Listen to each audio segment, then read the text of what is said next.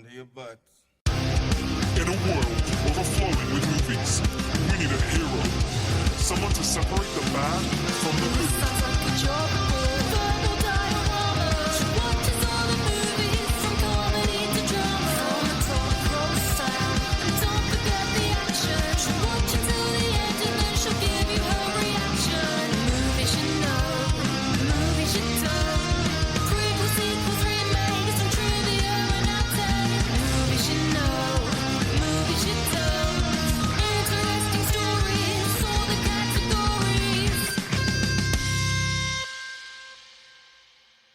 Hi everyone, I'm Em and welcome to Verbal Diorama episode 57, Jurassic Park.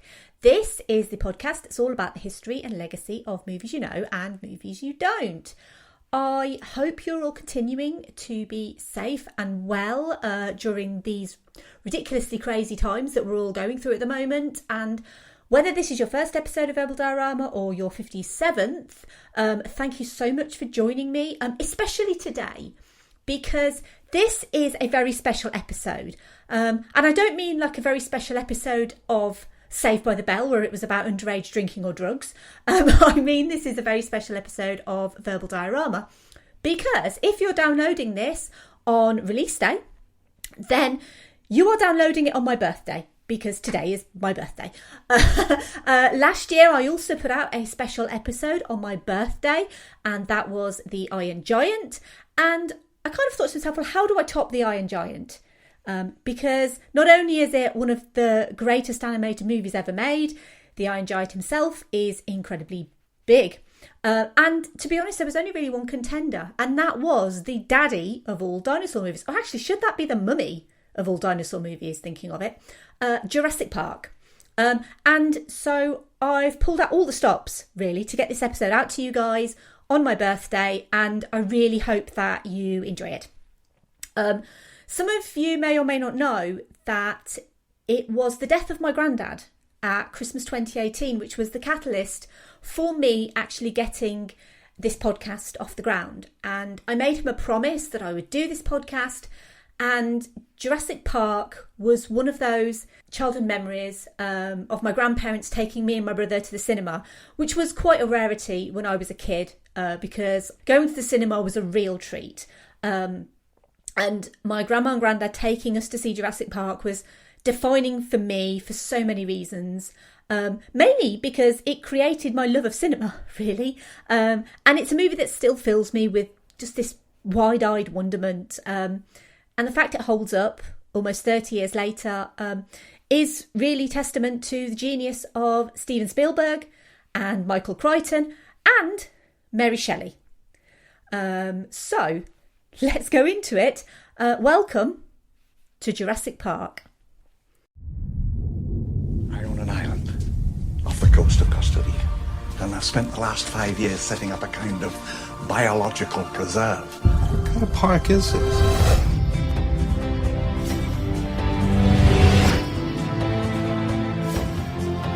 We've made living biological attractions so astounding that they'll capture the imagination of the entire planet. It's a dinosaur. There's no doubt our attractions will drive kids out of their minds. Grandpa! We're gonna make a fortune with this place.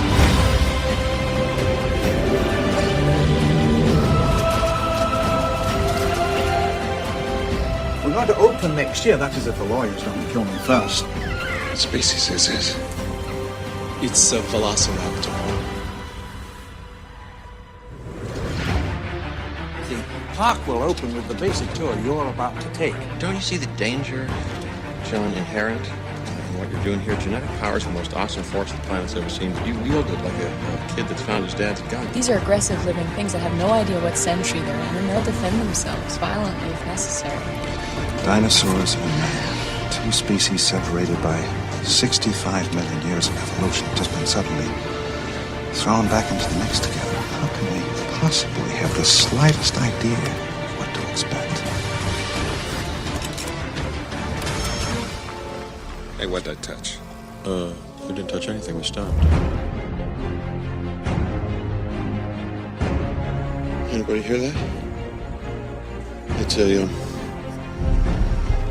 an impact tremor is what it is. Maybe it's the power trying to come back on. What the hell? Fences are failing all over the park. Are you hearing this? The shutdown must have turned off all the fences. Fairly alarmed here. Hold on to your butt. Oh, no.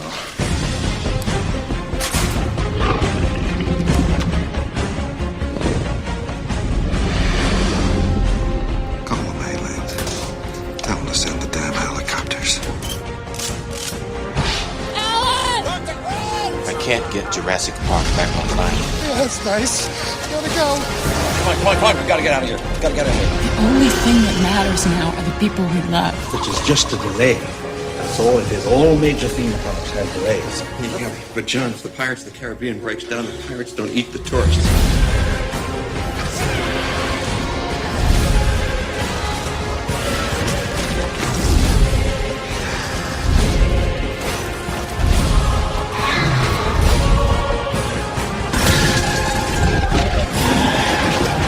We have control You again. never had control. That's the illusion.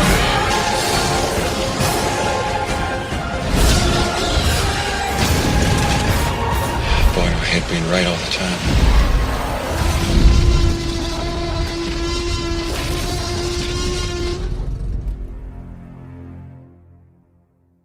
Paleontologists Dr. Alan Grant and Dr. Ellie Sattler and chaos mathematician Dr. Ian Malcolm are among a select group chosen to tour an island theme park populated by dinosaurs created from prehistoric DNA. While the park's mastermind, billionaire John Hammond, assures everyone that this facility is safe in order to get the professional endorsement and even invites his young grandchildren along for the test run, they find out otherwise when a system sabotaged by a disgruntled employee sets the ferocious predators free and they go on the hunt. So the cast for this movie is obviously, I don't think I need to go through it, but I'm gonna, Sam Neill as Dr. Alan Grant, Laura Dern as Dr. Ellie Sattler, Jeff Goldblum as Dr. Ian Malcolm, Richard Attenborough as John Hammond, Bob Peck as Robert Muldoon, Joseph Mazzello as Tim Murphy, Ariana Richards as Lex Murphy, Samuel Jackson as Ray Arnold, Wayne Knight as Dennis Nedry, Martin Ferrero as Donald Gennaro, and B.D. Wong as Dr. Henry Wu. The screenplay was written by Michael Crichton and David Cope, and it was based on Jurassic Park, the novel by Michael Crichton. And of course, it was directed by Steven Spielberg. So the story of Jurassic Park starts with Michael Crichton, as everyone knows, but it was a trip to Disneyland which actually inspired the idea of a theme park gone wrong. It was while watching the animatronic Abraham Lincoln at Disneyland's Hall of Presidents that Crichton began dreaming up his 1973 movie and subsequent 2016 onwards TV show, Westworld. Westworld was Michael Crichton's directorial debut, as well as writing the screenplay, and was about a futuristic Western-themed amusement park with cyborgs who start malfunctioning and killing visitors to the park. You'd kind of think Michael Crichton has a thing about theme parks turning on their visitors, but I digress. He originally conceived a screenplay about a graduate student who creates a living dinosaur in 1983 before starting to write the novel Jurassic Park, which used the concept of fiction as fact, something he previously touched on in his previous novels, Eaters of the Dead and The Andromeda Strain. It would explore and critique the dystopian potentialities of science, the ethics and morals behind having the scientific power to create, and in doing so have underlying themes of Mary Shelley's Frankenstein or the modern Prometheus, the idea of humans creating but not knowing what they're creating. As there's no real pressing need for one single person, college graduate or not, to create a dinosaur, the idea became somewhat merged with Westworld, the concept of a theme park with a desire to entertain, but instead of cyborgs, the theme park would be like an amalgamation of a modern zoo and a safari park, but purely inhabited by extinct animals. This need to entertain the general public and make money, regardless of the cost, would be the driving force behind Jurassic Park and lead to future similarities between Jurassic Park and Jaws, also based on a novel. That novel was by Peter Benchley and also containing characters who seem to put profits and capitalism before safety and honesty. The comparisons between Jaws and the current COVID-19 crisis have been made, and if you want a great podcast on Jaws, I'd highly recommend friends of the pod The Midnight Myth, who recently did an episode on Jaws, and it's fantastic. So please go and listen to that. But the comparisons between Jaws, there are very many with Jurassic Park, and it's highly likely that I will be making further comparisons to Jaws. Before Jurassic Park was even published, Steven Spielberg learned of it while the two men discussed another screenplay Crichton had written, which would become the TV show ER. Before publication of Jurassic Park, Crichton demanded a non-negotiable $1.5 million for the film rights, as well as a percentage of the gross. Despite many big studios, including Warner Brothers with Tim Burton as director, Sony with Richard Donner as director, and 20th Century Fox with Joe Dante as director, all being interested in Jurassic Park, it was Universal who acquired the rights with Steven Spielberg on board as director. And they also offered an additional $500,000 to Michael Crichton to write the screenplay, which would end up being rewritten by Malia Scotch-Marmo in October 1991. Spielberg wasn't very happy with the script as it was, and Universal President Casey Silver recommended David Cope, who was co-writer of Death Becomes Her, who started afresh from Marmo's draft and tried to make it more of a character-driven piece, including Ian's flirting with Ellie and making John Hammond into more of a sympathetic grandfather-type figure. Jurassic Park, the novel, would end up being published in November 1990. It became Crichton's signature novel.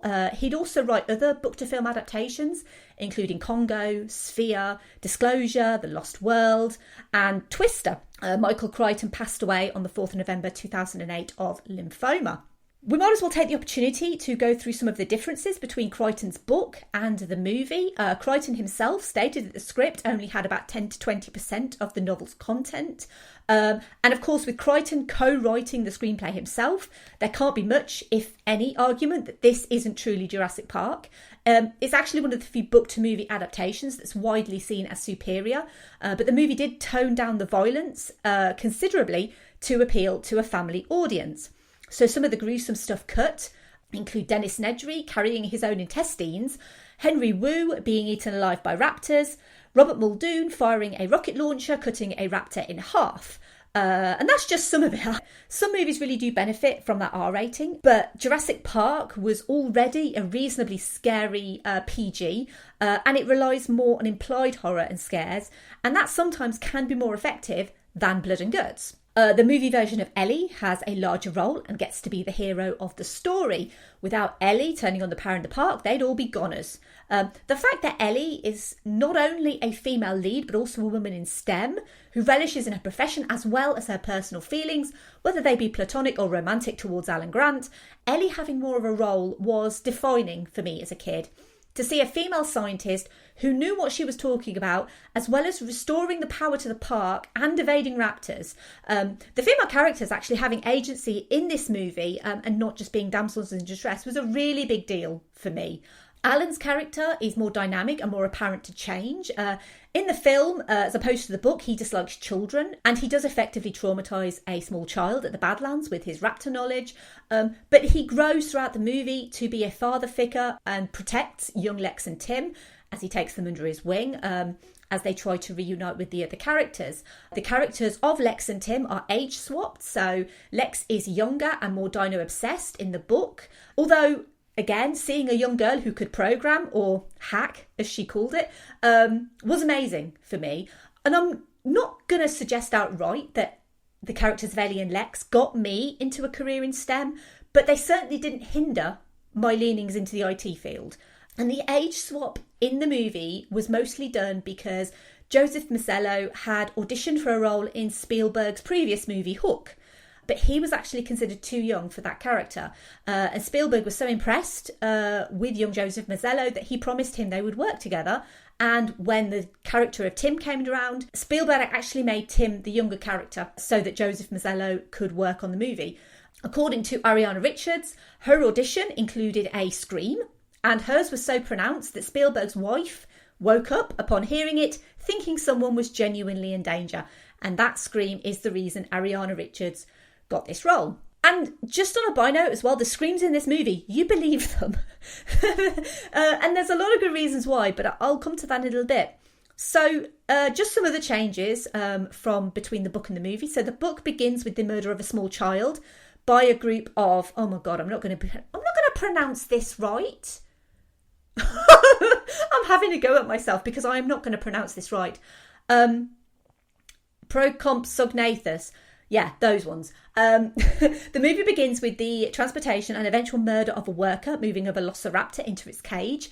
The scene with the murder of a small child by, I think they're called compies in the movie. I'm just going to call them compies. So that scene would be introduced into The Lost World instead, which was the sequel. The character of John Hammond is not a nice guy in the novel. You could say he's a bit of a raving lunatic. He ends up being eaten alive by, I'm not going to say them, compies. I'm just going to call them compies. But the lawyer who dies in the movie by the T-Rex, John Gennaro, he survives.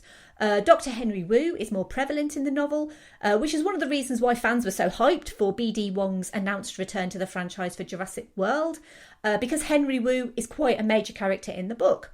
And probably most importantly for the movie, Ian Malcolm survives the T-Rex attack.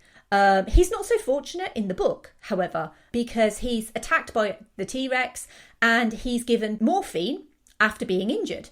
And that basically gives him this slow descent into madness, and he just succumbs to his injuries before help arrives.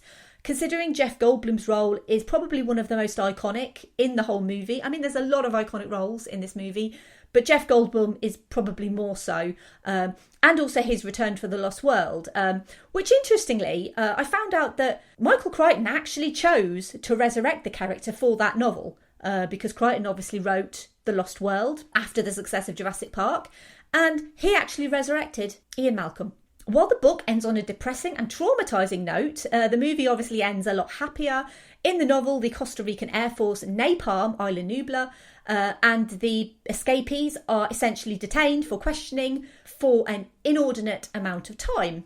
A lot of the changes made for Jurassic Park between the book and the movie end up in later films in the franchise. So, for example, the island, while not bombed, is destroyed in Jurassic World Fallen Kingdom. And a scene where Alan, Lex and Tim ride a raft down the river to evade a T-Rex is retooled in Jurassic Park 3 with the Spinosaurus. Quite famously, Harrison Ford was offered the role of Alan Grant as well as William Hurt before Sam Neill was cast 3 or 4 weeks before production started. Jim Carrey auditioned for Ian Malcolm before Jeff Goldblum was cast. Laura Dern was Steven Spielberg's first choice for Ellie, but Robin Wright was given the opportunity to play the role and she turned it down. I mentioned earlier about Ariana Richards' Scream.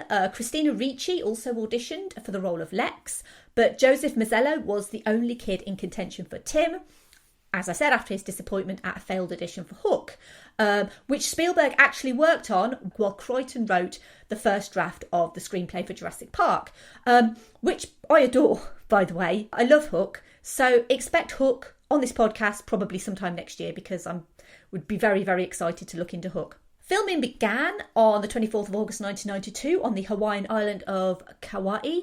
Spielberg had considered filming on location in Costa Rica, but worried about the infrastructure and accessibility. He has previously worked in Hawaii and felt comfortable there. A 3-week shoot for Isla Nublar's forests was interrupted by Hurricane Iniki, and several storm scenes in the movie were shot during this actual hurricane. Samuel L. Jackson was set to shoot a lengthy death scene, but the set ended up being destroyed by Hurricane Iniki, and so the death of Ray Arnold occurred off screen, and is safe to say it's a lot more effective and scary. The kitchen scenes were filmed at stage 24 of the Universal Studio lot and were carefully planned by cinematographer Dean Cundy to use black cloth to hide light reflections on the highly reflective surfaces. Dean Cundy was also the cinematographer for The Thing. That's episode 48, by the way, and there are more links to The Thing coming up. I'll tell you that now. Other scenes filmed on the lot include Alan's rescue of Tim from the dangling Ford Explorer and the encounter in the trees with the Brachiosaurus. Those Ford Explorers, they had the drivers in the boot, aka the trunk for the American listeners, to give the impression of autonomous vehicles.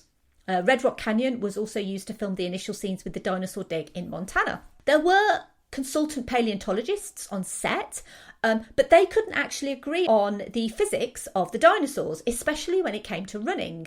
Animator Steve Williams came up with a T-Rex that could run at 60 miles an hour at a push, despite scientific evidence stating that its bones couldn't handle that sort of speed.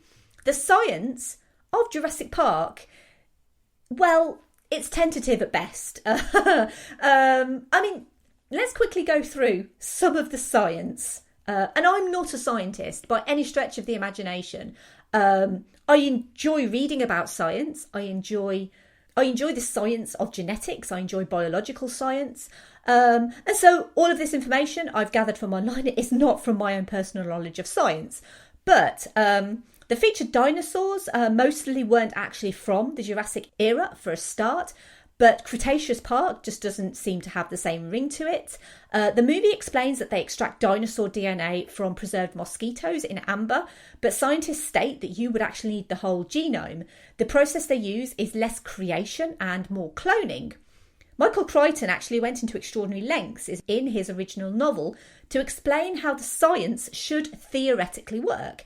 And this theory is based on real scientific research, but DNA itself isn't immortal. It decays after time, and mammoth DNA at 4,000 years old would be more likely to be a candidate for DNA cloning. In addition, the process involves replacing the missing parts of the sequence of the dinosaur DNA with frogs. In reality, this wouldn't make dinosaurs, but probably more like massive frog-like dino beast hybrids or something. I mean, that would be quite interesting to have in a theme park, but I don't think anyone really wants that. I mean, the science is probably not something that most casual viewers are bothered by because it's a movie. It's not supposed to be scientifically accurate. What is reasonably accurate is the idea that single-sex environments can randomly change their sex. It's actually been seen in whiptail lizards, who are all female but reproduce asexually. Additionally, parthenogenesis, which is the process of an unfertilised egg hatching, has been observed in Komodo dragons, who, coincidentally, are closely related to dinosaurs. There's a reason Jurassic Park still holds up, and a reason it still resonates with audiences and still feels scarily real. And if you listen to this podcast regularly, you'll know what I'm coming to, because you will know that this podcast, and me, by extension of being host of this podcast, is a massive fan of practical effects. And the practical effects, which were seamlessly mixed with CG, bearing in mind this movie is 27 years old, and it looks better than some movies that are half that age. And for that, we have Stan Winston to thank. I have mentioned Stan Winston before, after he stepped in to assist unaccredited on The Thing, but listing movies Stan Winston has been involved in, it'd probably be easier to list those that he's not been involved with. In his 40-year career in the film industry, he worked regularly with James Cameron, John Carpenter, Tim Burton, Steven Spielberg, obviously, Robert Zemeckis, and Jon Favreau on blockbusters like Aliens, Edward Scissorhands, Terminator 2 Judgment Day, Batman Returns, Avatar, and Iron Man. Stan Winston won 4 Oscars in his career and was nominated for 6 others. Having Stan Winston on your movie gave it credence. And the T-Rex really was the crowning achievement of Stan Winston's career. It was life-sized and started life as a 1/5 scale clay sculpture. Steven Spielberg put his total faith in Stan Winston, surmising that if he could build a 14-foot tall alien queen, then they could pull off a 20-foot tall T-Rex. I mean, of course, the main difference between the alien queen and the dinosaurs was that the alien queen was exoskeletal. They could have her hard external surface and keep the internals light. They had no real creatures to base her off because, aliens may or may not be real. I don't think many people have seen them, and they certainly haven't seen one that looks like the alien queen. And if they have, then, Jesus Christ, that's scary. When it came to the dinosaurs, and realistic depictions aside, because it's quite well known that velociraptors aren't that big and probably had feathers, they were building interpretations of real living creatures, the sort of creatures that kids learn about in books. They had to look as much like these pictures in these books as possible. So that meant things like realistic skin, realistic eyes, muscles, movement, and the appearance of weight. The Stan Winston school team projected the silhouette of the 1/5 scale model onto a large sheet of plywood to trace the outline of the full-size creature. It was so big, they had to expand the studio, hire another building, and raise the ceiling of that building. Unlike Jaws, the dinosaurs would be front and centre of Jurassic Park, despite only having just under 15 minutes of actual screen time. Still, that's more than Bruce the Shark ever got. And also, the dinosaurs would have to be believable living animals. When it came to the T-Rex, a full-size plywood bulkhead segments were cut and numbered and attached to an aluminium frame with enough space in between to accommodate the mechanics required to move the T-Rex around. It was then covered with chicken wire, clay with a layer of fiberglass as a kind of protective skin painted on top to keep everything underneath it contained. Every skin crease, every muscle texture had to be painstakingly sculpted onto the clay body. The supporting armature was built to withstand 3 tons of Roma clay, which was oil-based to remain pliable throughout the 16-week sculpting process. The creature's foam rubber outer skin would actually cause an issue during filming, as when it got wet, it would soak up water, increasing the weight of the model and causing the creature to quake. The crew had to dry the model with chamois leather between takes. The seamless transition between real model and CG is best seen in the iconic T-Rex escape scene, where the dinosaur realises the fences are no longer electric, spots the waiting cars, and goes over to have a look. So Alan Grant knows that this dinosaur's vision is based on movement, so tells Ian Malcolm to stay still. But the children are in the other car, and they have no idea. Lex gets the idea to scare the dinosaur away with a torch. As the T-Rex looks into Grant and Malcolm's car, it's the full-scale model. As the camera pans away to the other car, the dinosaur remains out of frame for a split second, and that is when the CG dinosaur takes over to walk to the other car. And the way that it's done is it actually uses the frame of the car. The way that Spielberg frames the encounter through this kind of wet glass within the frame, it really focuses your eye and it gives you this additional feeling of claustrophobia. When the animatronic dinosaur attacks Lex and Tim's car, their screams are genuine because the dinosaur wasn't meant to come through the roof. So when it did, the reaction was of genuine fear, and it was kept in the movie. The famous water ripples were inspired by Spielberg listening to Earth, Wind and Fire, and the bass being quite high on the tracks that he was listening to. And they were actually achieved by guitar strings in the car, which were plucked by a man on the floor. Post-Jurassic Park, Stan Winston co-founded visual effects and digital production company Digital Domain with James Cameron and Scott Ross in 1993. Digital Domain have been in charge of so many effects for so many movies going forward. There's just too many to list. But unfortunately, Stan Winston passed away in 2008 as well of multiple myeloma.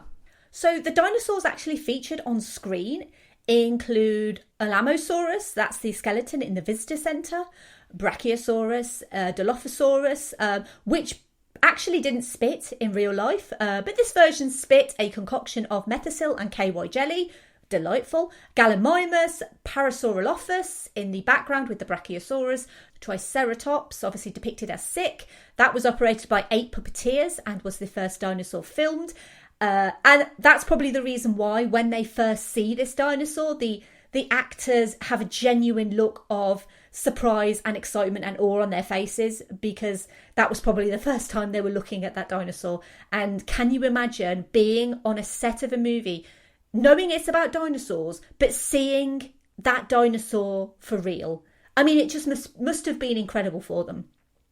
Obviously, Tyrannosaurus and Velociraptor were the final breeds involved. The Utah Raptor was actually discovered just before the release of the movie, which actually was similar to the Velociraptor style that they used in the movie. Obviously, Velociraptors in real life were more chicken-sized, but Utah Raptor was actually a similar kind of size, a similar look, a little bit larger than the Velociraptor seen in the movie.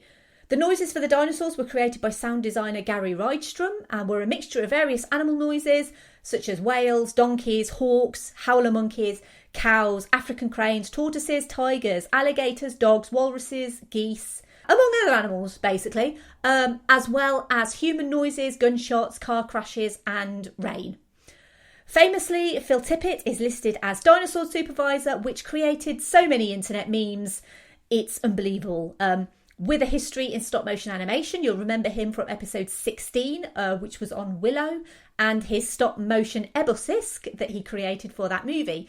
He co-developed an animation technique called Go Motion, which was used to animate the AT-ATs and the Tauntauns in The Empire Strikes Back, and he went on to lead Lucasfilm's Creature Shop. Go Motion was a variation of stop motion animation which incorporated motion blur into each frame involving motion. It used rod puppets attached to motors linked to computers, which record the movements as the puppet is traditionally animated. When enough movements had been made, the model is reset, the camera rolls, and the model goes through the movements, and this creates the motion blur. Because of Tippett's understanding of stop motion, as well as animal behaviour and motion, he was hired by Steven Spielberg to supervise the animation process of the CG dinosaurs. This is where the dinosaur supervisor bit comes in. There is no stop motion animation in Jurassic Park, but his unit, along with Industrial Light of Magic, did create dinosaur input devices, which were elaborate dinosaur models, and they were used to act out scenes of the raptors and Gallimimus. ILM feature on this podcast a lot, and for good reason, because when you have ILM doing the CG in your movie, you can pretty much guarantee it'll be awesome. Famously, in the scene where Lex Murphy falls through the roof grate, the stunt person accidentally looked up. ILM digitally grafted Ariana Richards' face onto the stunt person, but the actual rendering of the dinosaurs itself took 2 to 4 hours per frame. Rendering the T-Rex in the rain took 6 hours per frame. And the T-Rex, as the star of the show, was actually originally meant to die at the claws of the raptors, but Spielberg changed the ending for the T-Rex to be the hero and kill the raptors about to kill the humans. Well, while also roaring in celebration as the banner falls down around her. We find out as well in Jurassic World that actual T-Rex is still going strong. Obviously, I mentioned that the T-Rex was female, and there's a reason, because all of the dinosaurs in this movie are female. I've also mentioned about Ellie and Lex and making the heroes of the story female. But there's also a little bit of female imagery in this movie that I think is really worth talking about. So the theme of dinosaurs eating man and woman inheriting the earth isn't just a badass Ellie Sattler line, although it is pretty great. Females are the key to Jurassic Park's dinosaurs and heroes. As I said, female imagery is present throughout, such as Alan Grant's 2 female seatbelts. Steven Spielberg did what Michael Crichton didn't. He gave the female characters of Jurassic Park agency and drive at a time when stakes are high and pressure is higher. Without Ellie restoring power and Lex restoring the systems, they would not have escaped Jurassic Park. All of the scientists in the world couldn't stop Jurassic Park going offline. The scientists of Jurassic Park are seen as mostly male, intend to make all the dinosaurs female to control unauthorised breeding. Now, men controlling women's ability to breed is not a topic that I'm willing to go into right now, but the female dinosaurs of Jurassic Park are not to be contained by mere men, because they're smarter than that. The seatbelt is actually the perfect case of foreshadowing, because despite being 2 females, it finds a way to blend together. It's also a lovely omen of what's to come, because despite Hammond's insistence that they spared no expense, that doesn't mean helicopter seatbelts can't go wrong. Right, so over to a little segment that I like to do called the obligatory Keanu reference. So this is a little segment that I do to try and link the movie that I'm featuring to Keanu Reeves. Sometimes it's really easy, sometimes it's really not. And I'll be honest, this is a tenuous link. Just really, really tenuous. Probably one of the worst ones. Jurassic Park was released 6 weeks after Keanu's role as Don John in Kenneth Branagh's Much Ado About Nothing. Much Ado About Nothing is one of the most financially successful Shakespeare films ever released. There is a bit of a link here talking about Shakespeare, and there's a bit of a link to the episode that I'm going to be covering next. So, I mean, look, Much Ado About Nothing, it's no Jurassic Park levels of success, and as I said, it's a tenuous link, but you know what? It's my birthday, so I can make it tenuous today, and I know that wherever he is, Keanu is wishing me a happy birthday. So that is all that I need. That is it. Music-wise, so for Jurassic Park, obviously this is a John Williams score. And when you have John Williams scoring your movie, you just know it's going to be iconic. And he really wanted to elicit the joy, wonder and overwhelming awe of seeing a dinosaur for the first time in the flesh. And to be honest, it doesn't just make you feel that awe the first time, it makes you feel it every time. Similarly, with the fear, suspense and horror when the dinosaurs get out. It's something that this movie does remarkably well.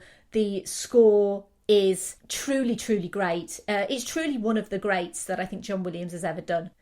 Jurassic Park's marketing was as supersized as the dinos themselves. There were deals with 100 companies to market 1,000 products, including 3 video games, a toy line, McDonald's meals, and novelizations.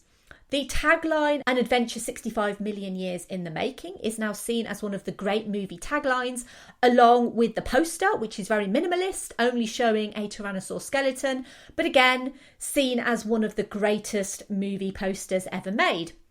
The movie even has its own meta gag about merchandise. It shows shelves of lunchboxes and toys and t-shirts, predicting the mass merchandise that would be, and still is, available for Jurassic Park, even to this day. I actually bought a pair of Jurassic Park pyjamas just recently, and I love them. So Jurassic Park is still the sort of thing that people want to buy. Jurassic Park premiered on the 9th of June 1993 at the Upton Theatre, Washington DC, in support of 2 children's charities, before a wide US release on the 11th of June 1993, where it went to number 1 in the US box office and stayed there for 3 weeks. Jurassic Park actually spent a total of 71 weeks in the US box office charts. I don't know actually if that is a record, but it is quite astonishing that it spent that long in the charts. It was released once again in 2011 for the Blu-ray release, in 2013 for the 20th anniversary release, and also in 2018 for the 25th anniversary. The recent coronavirus crisis has created a resurgence of drive-in cinemas, many of which have shown Jurassic Park as part of a movie classics selection. This additional release made it the first time a reissue has topped the box office since The Lion King in September 2011. At the time of its release, it became the highest grossing film of all time, obviously since surpassed. In its initial run in cinemas in 1993, it grossed $912.6 million worldwide, which has actually grown to $1.029 billion with subsequent re-releases. It currently ranks as the 40th highest grossing film of all time. Jurassic Park would be nominated for and end up winning 3 Academy Awards at the 66th Academy Awards in 1994 for Best Sound Effects Editing, Best Sound and Best Visual Effects. It would also win a Best Special Effects BAFTA. We have to talk a little bit about the sequels. So in 1997, The Lost World Jurassic Park was released, and in 2001, Jurassic Park 3. Jurassic Park 3, I think, is kind of seen as probably one of the worst. The Lost World Jurassic Park, I think, is reasonably fun, actually, but I think it's very difficult to replicate the splendour and grandeur of the original. The series was kind of semi-rebooted in 2015 with Jurassic World, which, as I've mentioned, I think is a fun movie. I actually think it's okay. Jurassic World Fallen Kingdom came out in 2018, and there is another movie coming out. It's called Jurassic World Dominion, and it's set to be released in 2021. And this stars original cast members Sam Neill, Laura Dern and Jeff Goldblum. Jeff Goldblum obviously cameoed in Jurassic World Fallen Kingdom as well. I'm not going to dwell on the sequels all too much. They're there. There's like a sliding scale of acceptability. Nothing is ever going to be as good as Jurassic Park because Jurassic Park was the first one. I certainly don't think that any of them are terrible. I mean, I'm not the biggest fan of Jurassic Park 3. I would say out of all of them, I think Jurassic World is probably the one that I would choose to watch. There was so much potential in Jurassic World, and I do really appreciate what they tried to do with it. And I like Chris Pratt. I think Chris Pratt is a lot of fun to watch. But they even kind of resurrect the having kids in the movie. And I understand why that movies like this do have kids, because they want to have characters that young kids can see in the movie as being their eyes. And I appreciate that. I was a child when I watched Jurassic Park. I am not a child watching Jurassic World. And I fully appreciate that there will be kids out there who saw Jurassic World and think it's the best dinosaur movie in the world. And you know what? If a kid thinks Jurassic World is fantastic, I am not going to turn around and tell them that they're wrong, because kids should be free to like what they like. But when I was a kid growing up watching Jurassic Park, there really is no comparison. But I'm not kind of here to stamp on the sequels. I'm here to talk about Jurassic Park. So on that thought, let's go over to social media, because something that I like to do is I like to put the feelers out on social media and ask people who follow me on social media what they think of the movie that I'm featuring. And obviously, I wanted to know what people thought about Jurassic Park. And I expected quite a few comments. Obviously, I got them, and I expected positive comments. And that's mostly what I got. So going over to Twitter, @PulpCerial said, I feel like a lot of people around my age spent their childhood rewatching Amblin films to the point where they memorised them. We didn't. We would catch the Indiana Jones movies and Jurassic Park on TV, but we didn't own them. I really like it now, but it's not super nostalgic. @Geek Salad Radio said, while the dialogue ranges from good to let me explain how 90s computer hacking works, Jurassic Park gave me a cinematic moment I wish I could replicate for my kids. Seeing the immense size and scale of the first dinosaur for the first time made my jaw drop in genuine awe. @NFTDT said, having rewatched this recently, it didn't disappoint. What a great film that holds the test of time. I have to say Laura Dern's scream acting is hilarious, but she puts in one hell of a performance. Timmy getting electrocuted still makes me chuckle, and rewatching it, I love how it's Lex and Ellie that save the day. The men just get them there. Coupled with the amazing Jeff Goldblum, and one of the best quotes in film, what a great movie. @MoviesWork said, amazing movie, rare example of drastically changing the book working. Making Off with James L. Jones is also a must-watch. @BLC Agnew said, I've loved movies for as long as I can remember, but Jurassic Park was the film that got me interested in how movies are made. An all-time matinee adventure with groundbreaking effects, excellent characters, perfect pacing, and one of John Williams' best scores. @AFC Film Geek said, a movie that I felt deserved a repeat cinema trip at the time. In regards to animatronics, a film way ahead of its time and should be a reason for less special effects in movies. Like Jaws, it's a masterpiece. To this day, has not been bettered in its genre. @Black Girls Do Stuff said, Jurassic Park is one of my faves. Hot Jeff Goldblum, Laura Dern, Sam Jackson, a T-Rex, and my fave, the Velociraptors. This was one me, my brother, and my cousins went to see, and all of us had to be coddled at one point of being terrified. Lol. Same. I was terrified when I saw Jurassic Park with my grandparents. JC Stu said, saw it on the big screen this past weekend. The effects, the animatronics and the score are all magnificent, as is the pacing. The first hour is dedicated to wonder and slowly ratcheting tension, so when things go bad an hour in, it's even more impactful. A perfect blockbuster. @Sophia_etc. said, have some mixed feelings on Spielberg now, but Jurassic Park was the first movie I watched that filled me with awe. Watching it now always feels like the first time. Richard Attenborough is perfect as John Hammond. Over on Instagram, @SophieBoog said, Dave and I have just been to watch it at an outdoor cinema. It was bloody fantastic. It's a classic film that will never age in my book. The music makes my tummy flip still. I can't tell you how many times I've seen it because it's been that many. I'm so excited for your episode. Oh, thanks, Soph. I have to add, actually, that Sophie is Sophie from Not For The Dinner Table, and up above at NFTDT was Dave at Not For The Dinner Table. So this is a Not For The Dinner Table endorsed episode, which I am very grateful for. Over on Facebook, finally, we have Eric, who says, a classic 90s staple and my first introduction to Steven Spielberg, one of my favourite directors. A wonderful blend of majestic childhood wonder and suspenseful terror in its showing of the dinosaurs. The Dilophosaurus scene still gives me an uncomfortable chill to this day, both as animatronic puppets and CGI creations. Has an excellent cast as well, with Sam Neill, Laura Dern, Jeff Goldblum and the lovely Richard Attenborough as John Hammond. I only wish Bob Peck as Muldoon had survived longer and been able to do the scene in the original book where Muldoon fights raptors with a rocket launcher. That scene was awesome. While I don't watch the film as much as Indiana Jones or Jaws, it still has a special place in my heart as a Spielberg childhood favourite and is one I plan to watch again soon. Hold on to your butts.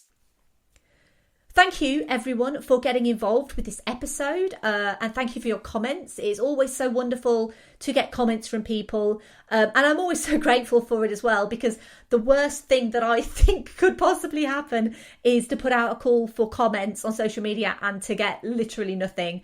So I'm always really grateful for everyone who comments and gets involved in the episodes. I've kind of talked a little bit about Jurassic Park and the making of Jurassic Park. And I'm mindful of the time on this episode as well, and the fact that I've got another episode to do this week as well. But with its roots firmly in its kind of sister movie Jaws, Jurassic Park defines this kind of big budget concept-driven blockbuster. But unlike most, it actually stands the test of time in pretty much every regard. While it was original filmmaking in its day, it's now almost dwarfed by its inferior sequels. Although, as I said, I do think Jurassic World is a lot of fun. It's a great example of when Hollywood experiences a momentous shift in its balance and thinking. It then concentrates on exploiting that with generations of similar movies. It's unlikely we'd have 1998's Godzilla movie, for example, without Jurassic Park to inspire it. And a lot of people might be quite unhappy with that fact, but it's kind of true. Whether or not you like 1998's Godzilla, without Jurassic Park, it's likely that we would not have that movie. And it's why Spielberg himself is often criticised for creating the parents of modern pop culture cinema in Jurassic Park and in Jaws. And shark movies are almost a genre within themselves these days. There are more shark movies being released than I think pretty much any other monster movie, to varying degrees of excellence. Because for every The Meg, which I think is a lot of fun too, there's Sharknado 5. I'll be honest, I've not seen Jaws in a very, very long time, because Jaws really does frighten me. But I am a massive fan of Deep Blue Sea. Deep Blue Sea, obviously also starring Samuel L. Jackson. Again, I thought that was a lot of fun. I mean, it's no Jaws, obviously. But anyway, I'm going to go back to my conclusion. So the point that I'm trying to make is humans are fascinated with monsters, but also fascinated with conquering them, and also fascinated with power and the ability to create life, to splice genes and to birth clones. But Ian Malcolm, as a chaos mathematician, sums it up. Because humans are selfish enough to believe that they are the dominant species. And with the ability to believe that they have the power of infinite creation, what's to stop them other than another dominant species? And I think that's really interesting to think about. Jurassic Park, in many ways, asks more questions than it answers. And I think for a blockbuster movie, that's really important. It's important to be able to walk away from something like this, entertained and scared, but also to ask questions about humanity and ethics and morals. Is it really right for us to rely so heavily on creational science?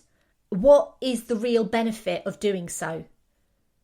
That's a bit of a weird thing to end the episode on, but oh well, Jurassic Park's really great. It makes me think about science.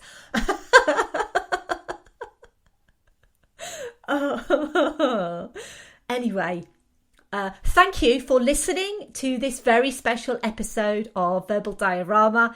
And as always, I would love to hear your thoughts on Jurassic Park. I will hasten to add, there was so much that I wanted to talk about in this episode.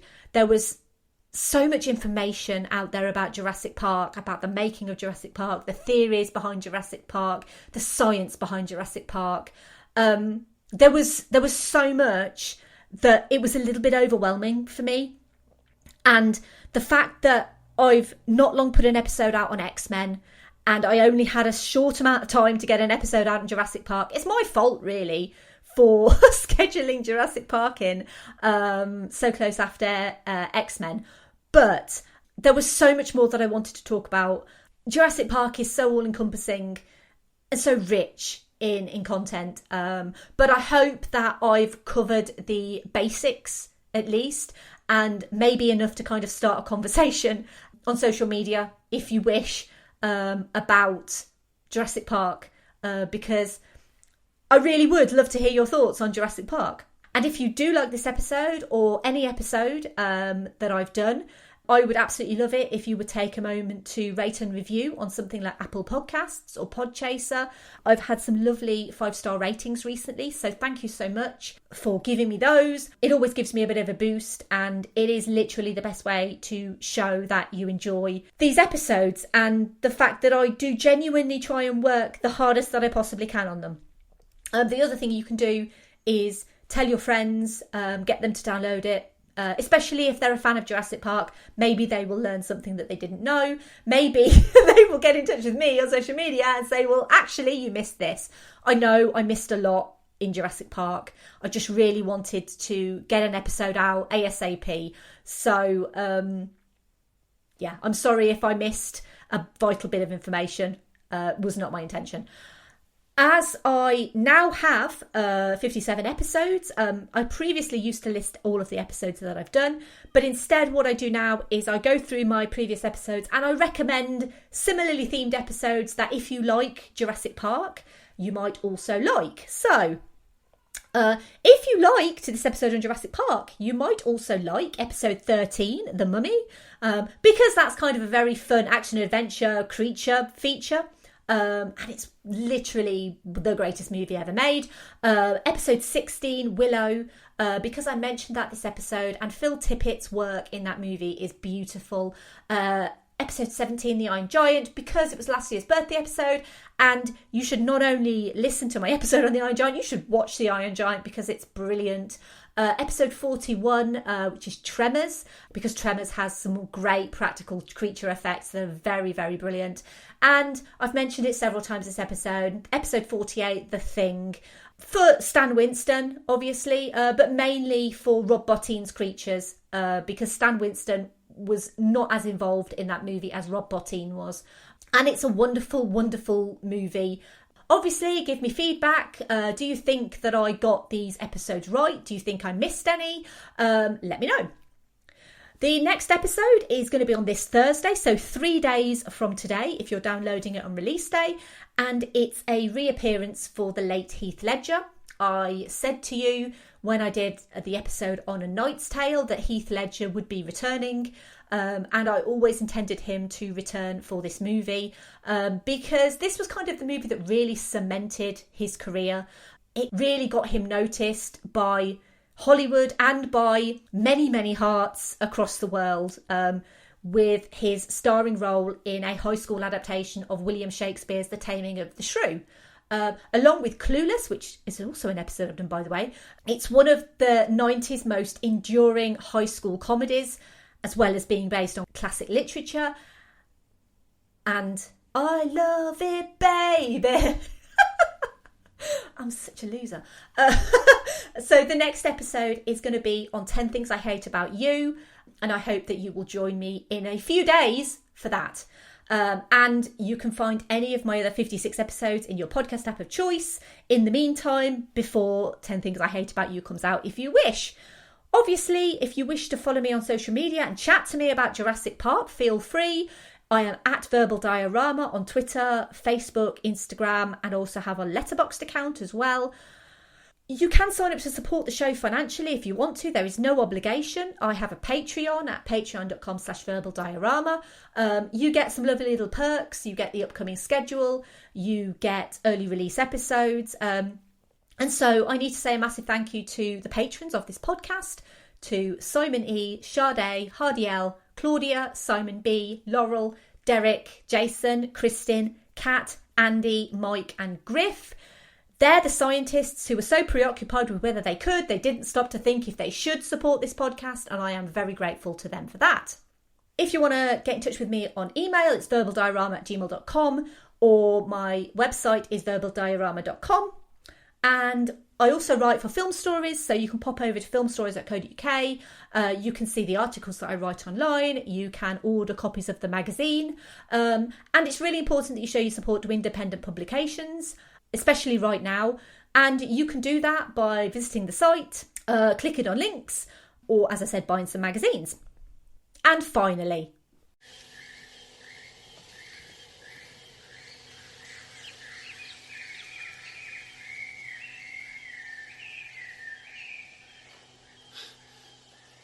creates dinosaurs. God destroys dinosaurs. God creates man. Man destroys God. Man creates dinosaurs. Dinosaurs eat man. Woman inherits the earth. Bye.